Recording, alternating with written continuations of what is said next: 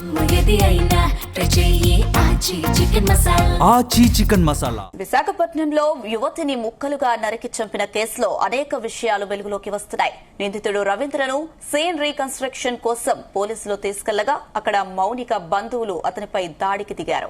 2020 నుంచి మౌనికతో రవీంద్ర సాన్నిహిత్యంగా ఉంటున్నాడని 2023లో బ్రేకప్ తో వేరే అమ్మాయిని పెళ్లి చేసుకున్నట్టు గుర్తించారు. 4 నెలల క్రితం డెలివరీ కోసం రవీంద్ర భార్య పుట్టింటికి వెళ్లడంతో ఇద్దరి మధ్య మళ్లీ చనువు పెరిగింది. నేవీలో రవీంద్ర హవాల్దారుగా పనిచేస్తున్నాడు. హత్యపై అన్ని కోణాల్లో దర్యాప్తు చేస్తున్నట్టు పోలీసులు తెలిపారు.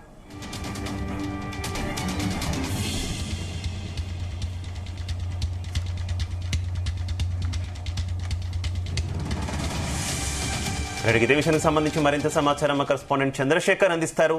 చంద్రశేఖర్. రైట్ శివ, ఏదైతే ఈ రోజు విశాఖ గాజువాక పోలీస్ స్టేషన్ పరిధిలో వెలుగు చూసినటువంటి ఘటన ఏదైతే ఉందో ఈ ఘటనకు సంబంధించి దాదాపు 5 బృందాలు అయితే ప్రస్తుతం దర్యాప్తు.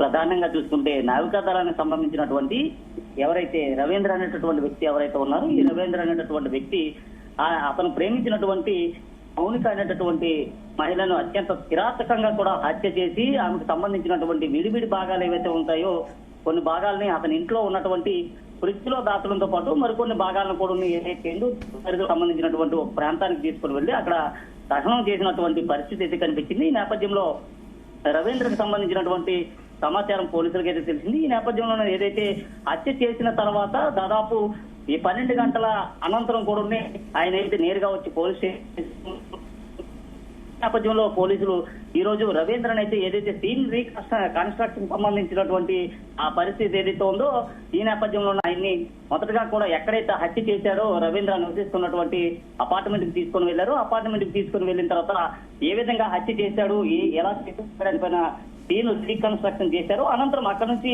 ఆమెకు సంబంధించినటువంటి తలభాగంతో పాటు అలాగే చేతులు ఏవైతే ఉన్నాయో ఈ చేతులకు సంబంధించినటువంటి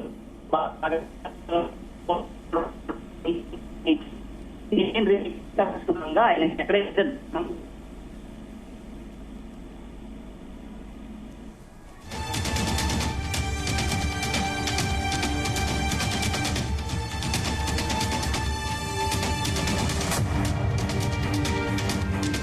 కొనసాగుతుంది. దీంతో రవీంద్ర ఇంటికి నిన్న మధ్యాహ్నం వచ్చినటువంటి మృతురాలు మౌనిక ఎవరైతే ఉన్నారో నిన్న మధ్యాహ్నం వచ్చిన తర్వాత రాత్రికి కూడా ఆమె ఫోన్ కలవకపోవడంతో తల్లిదండ్రులు అయితే పూర్తిగా ఆందోళన చెందినటువంటి పరిస్థితి కనిపించింది. అనంతరం ఈ రోజు ఉదయం చూసుకుంటే మౌనిక హత్యకు గురైందంటూ కూడా పలు ఛానల్స్ తో పాటు పేపర్ కూడా వచ్చినటువంటి వార్తలు చూసి చలించిపోయినటువంటి కుటుంబ సభ్యులు గాజువాక పోలీస్ స్టేషన్ అయితే చేరుకున్నారు. ముఖ్యంగా చూసుకుంటే నగరంలోనే ఉన్నటువంటి మౌనిక నిన్న మధ్యాహ్నం రవీంద్ర పిలిచిన తర్వాత ఆయన ఫ్లాట్ కు వచ్చిన తర్వాత జరిగినటువంటి ఘర్షణ ఏదైతే ఉందో ఆ ఘర్షణకు సంబంధించి కూడా పోలీసులు క్లుప్తంగా దర్యాప్తు కొనసాగిస్తున్నారు.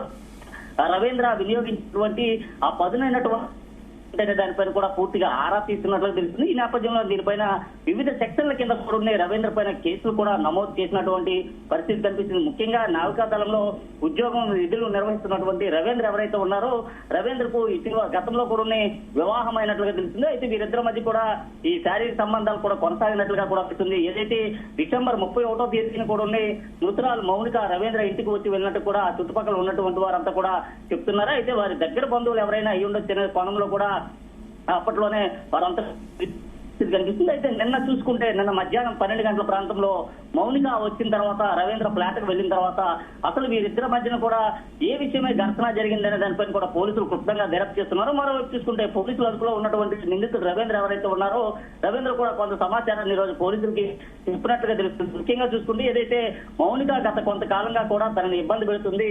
ముఖ్యంగా తన నేవికా దళానికి సంబంధించినటువంటి ఐడెంటిటీ కార్డు ఏదైతే ఉందో ఆ కార్డు తీసుకొని తనను బ్లాక్ మెయిల్ చేస్తుంది అంటూ కూడా రవీంద్ర కూడా పోలీసులు చెప్పుకొచ్చినట్టు తెలుస్తుంది.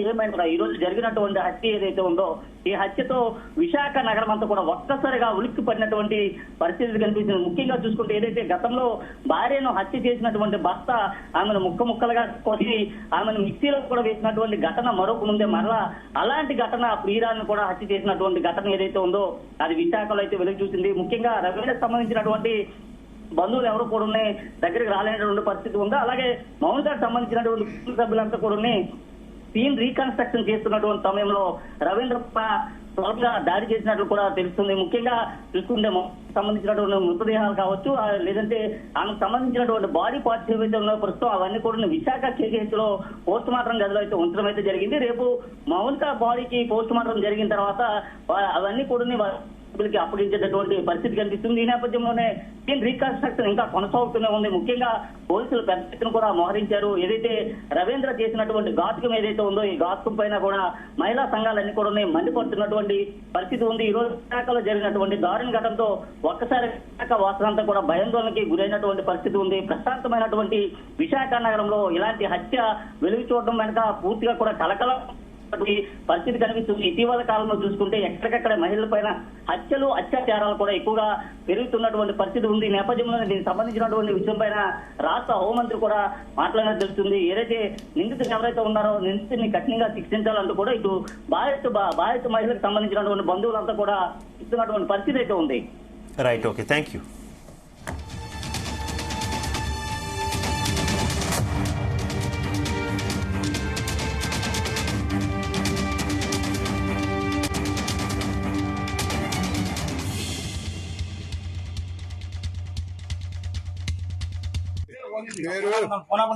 పేరు రవీంద్ర, నేవీ జాబ్. నేను ప్లాట్ కొని ఫస్ట్ రెంట్కి దిగాడు అతను. నేను టూలెట్ బోర్డు పైన పెట్టాను. పైన పెడితే నేను నేవీ జాబ్ అండి అనేసి రెంట్కి ఇస్తారంట కదా ప్లాట్ అని చెప్పి ప్లాట్కి దిగాడు. సేమ్ 29/3/25లోనే దిగాడండి. ఇప్పటికి 1 year అయింది. సొంత ఊరు ఎక్కడని అడిగాను, రాజాం అని చెప్పాడు. అంతే. నాకు రాత్రి 9:15కి అతను పిలిచాడు. మన పక్కన 101 ఆయన, మీ ఇంటికి పోలీసులు వచ్చారు, మీ ప్లాట్ కి ఒకసారి రండి మీరంటే వచ్చి చూశాను. అప్పటికి పోలీసులు వచ్చి ఉన్నారు. పగల కొడతామంటే ఏమైంది సార్ ఏంటంటే ఇలాగా లోపల బాడీ ఉందంటారంటే పగల కొట్టడానికి ట్రై చేశారు. గ్రిల్స్ కొట్టి లోపలికి వెళ్ళి డోర్ తీశారు. చూసేసరికి ఉన్నాయంటారు, ఉంది బాడీ అన్నారు. అంతే సార్. అంతవరకు ఆన్లైన్ పేమెంట్ మధ్య మధ్యలో వచ్చి చూస్తుండేవాడిని సార్. నేను వాళ్ళ వైపుని తెలుసు సార్ నాకు. వాళ్ళ వైపు డెలివరీకి అనేసి వెళ్ళింది పాప అతనికి. ఇప్పుడు 3 నెలలు 4 నెలలు పాప అనమాట. అలాంటి మామూలు బాడీ బాత్రూమ్ దగ్గర ఉందండి. పోలీసులే చూసారు.